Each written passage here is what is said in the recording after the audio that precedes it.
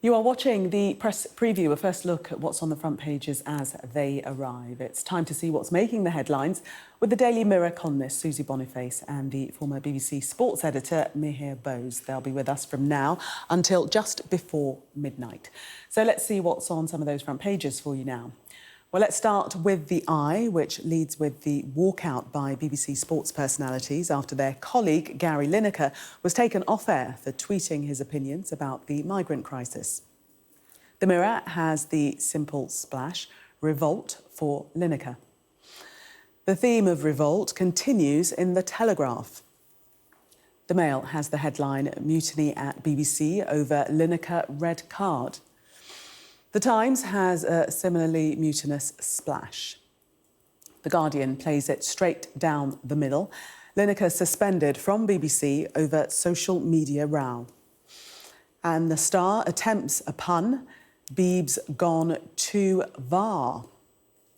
Meanwhile, The Express focuses on the meeting today between Rishi Sunak and Emmanuel Macron, at which the two leaders struck an agreement over how to handle the situation in the Channel.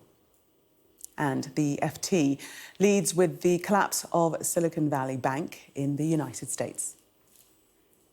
And a reminder that by scanning the QR code you'll see on screen during the programme, you can check out the front pages of tomorrow's newspapers while you watch us.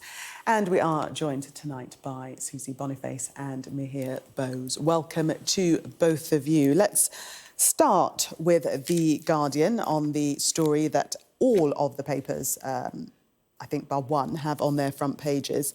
And this is the suspension of Gary Lineker from his BBC programme, Match of the Day. Kick us off, Susie. No pun intended, actually, there. Well, it's an entirely confected row, which is neatly deflecting everybody from actually looking at the policy that Gary Lineker was talking about, the new illegal immigration bill, which Suella Braverman and Rishi Sunak are banking the house on in terms of being able to, quote, stop the boats with this new legislation. The fact that Gary Lineker expressed an opinion about that is more of a story than actually the legislation. Now, it doesn't matter whether you are, pro-refugee and think everyone on those boats should be welcomed and treated kindly, or if you are anti all those people on the boats and you think they should all be deported and sent back whence they came. Whichever side of that argument you're on, this is not going to help you. The legislation isn't going to do what it says on the side of the tin. It's intended to fail. And by having a row with the BBC and about the BBC, which the BBC itself is managing to actually feed because it's eating itself in this horrific, self-immolation, self-flagellation, going, oh no, what have we done wrong now? Because they're actually helping the Tory party do that, they are neatly deflecting all the attention that the BBC and us and others should be giving to this policy. Having said that, the nicest man in football getting told off is actually more interesting and entertaining to the world at large than an immigration policy, isn't it? Let's face it. But the fact is that, if Gary Lineker is or isn't fired by the BBC, if he is or isn't on the Match of the Day tomorrow, it makes no difference to those people traffickers and to the people who are risking their lives desperate to flee to somewhere better. It makes no difference whatsoever to the fundamental problems. But let's talk about it for the next hour or two anyway. Mihir, do you agree with Susie that this story, the Lineker story, deflects from serious discussion about the bill? Yes, it does. Of course, that is very clear. You can see from the front pages. Rishi Sunak has gone to France, Entente Cordiale and all that, and that's nowhere apart from the Express on the front. I agree with Susie that Gary Lineker is a very nice man. I have very fond memories of him. He led my club to its last FA Cup triumph and all that sort of thing. It brings me great memories, but I must say, with great respect to Gary, and as I said, I have a great deal of time for him as a contrarian, an MCC member who refuses to wear a tie and therefore doesn't go into the long room, unlike me. But you see, The point is, he also hasn't played this very well, I must say. He's absolutely should be entitled to express his views, but I think to put it that the government policy compares to what the Germans did in 1930s was, I think, going over the top. And then afterwards, he got into a sort of verbal football match with the ministers, as it were, first the Home Secretary and then Penny Mordaunt and things like that, which I think, given his position in the BBC, he should have been more careful about. Let me not try and excuse the BBC how they've handled it. They've handled it very badly, and it again shows how beleaguered the BBC is and how sensitive, and I know, having worked at the BBC, how sensitive they were about any criticism, particularly if it came from the Daily Mail. And there is, of course, a tremendous pressure on the BBC, the feeling that the licence fee may go, their chairman is under pressure, things like that. And, it doesn't show the BBC in very good light. But having said that, I think Gary, he was perfectly entitled to criticize, but it's a question of how you criticize. And I think that is a question on how you actually get embroiled into a complete clash with ministers as if you were representing some sort of a group or some sort of party. I think that probably he didn't play with great skill. Yeah, you mentioned the clash with ministers, but it was Penny Mordaunt who raised his name in the Commons, though, wasn't it? Mihir?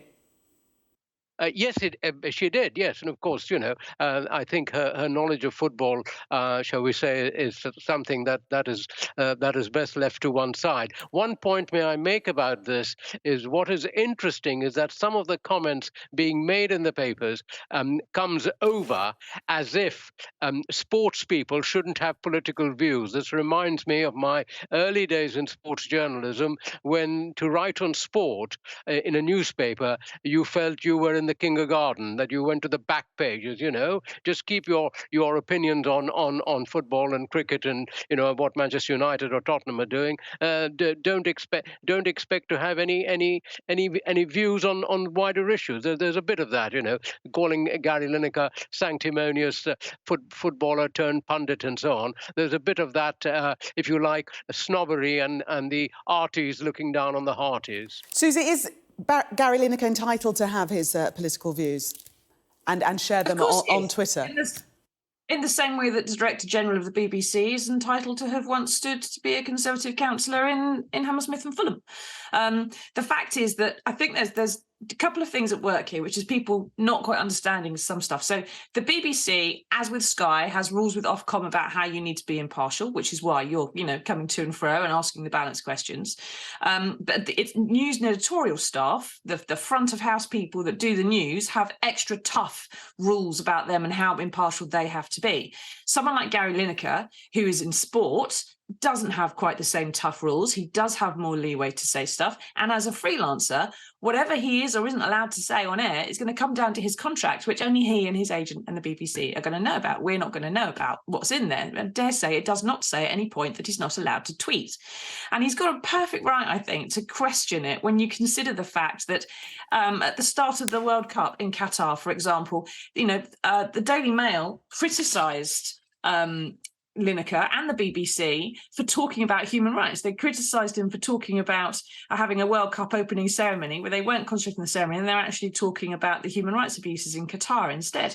And this is a copy of the Daily Mail from November, a page where they criticised Gary Lineker for talking about taking some money from Al Jazeera over the years. And how dare he take money from Qatar? They're human rights abusers. Now, if that's the case, the Mail's got every right to report this, but Lineker's got every right as well to talk about any human rights abuses he thinks are happening down the road. It doesn't matter whether it's Qatar or the UK. You have that right to express that opinion.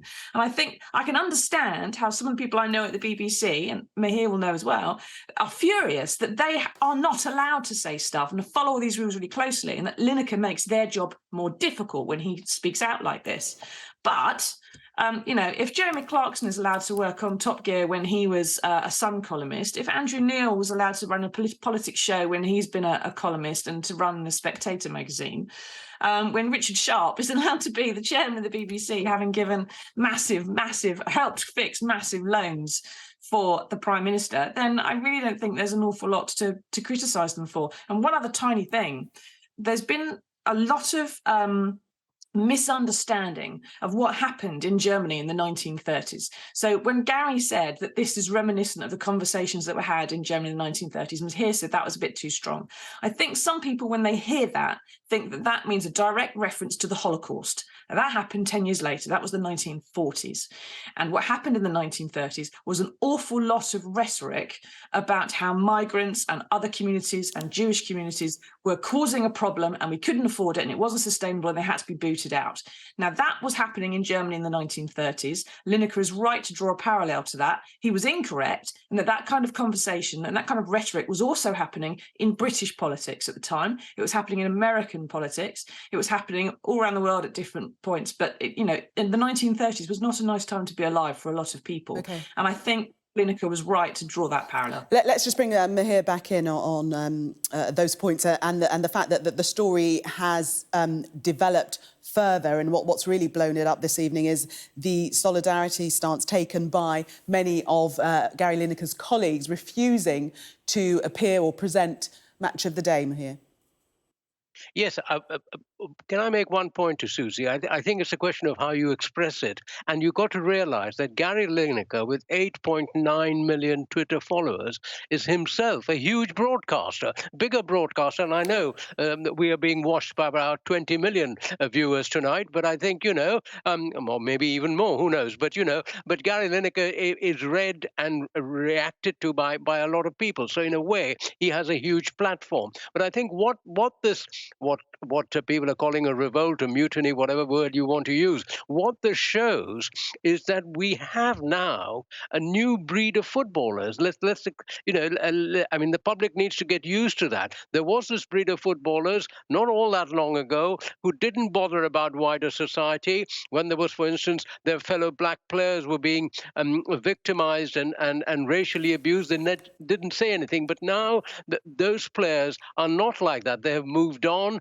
They're aware of the world and they're willing to express their views. And I think the BBC and the program they're going to present tomorrow will not have any presenters, any analysts and so on. They will find that if they don't sort this problem out with Gary Lineker, a lot of the commentators that have will also be in revolt against what they're doing. And this will be a major problem, because this is not the mild, meek footballer who might be ferocious on the field of play, but once he's off the field of play, he's got his cap on and bows to whoever the chairman or the manager is. That we are living in a different world, and the revolt and the reaction to what has happened to Gary Lineker shows that. And Susie, do you think this is only the beginning of the problems for the BBC? Because they've sorted out tomorrow's programme. There will be no presenters, there'll be no pundits. It will sort of be a highlight show. Will remain to be seen what they exactly will broadcast.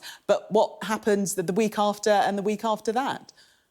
I'm hoping for a return of teletext. Let's just have that back. It was fine. No, I think one of the things but the BBC has mishandled this so badly, and they do this because they spend so much time worrying if they're getting it right, which is what they're supposed to do, that they actually sometimes overdo it too much. All they had to do when this row blew up was to say, "Hang on, the government, I thought you were all for free speech."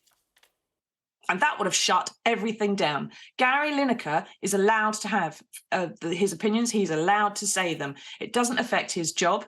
It doesn't affect the rest of the BBC. The fact that someone in the Tory party wanted to criticise him for it, and that's then been allowed to be amplified and shouted about, is the fault of the BBC sticking up the top of the 10 o'clock news. Frankly, if they hadn't done that, it wouldn't be a big issue. But he's got a right to freedom of speech. And the party who's in government at the moment is so big on freedom of speech. It's one of their big, if you do a little Venn diagram, the things they love, it's getting rid of the migrants and freedom of speech that kind of all collapses all together. And then this one has caused them a huge headache. But frankly, if you took Gary Lineker away from this, yes, I mean, Mihir's right. He's got nearly 9 million followers on Twitter. How many people would have seen that initial tweet out of those 9 million, not an awful lot of them, because that's not how the algorithm works. You're not on Twitter all the time, every time. It wouldn't have made any difference at all. What the Tories have done by shouting about this, and the BBC has helped them by making it into a big confected row, is that there are millions of people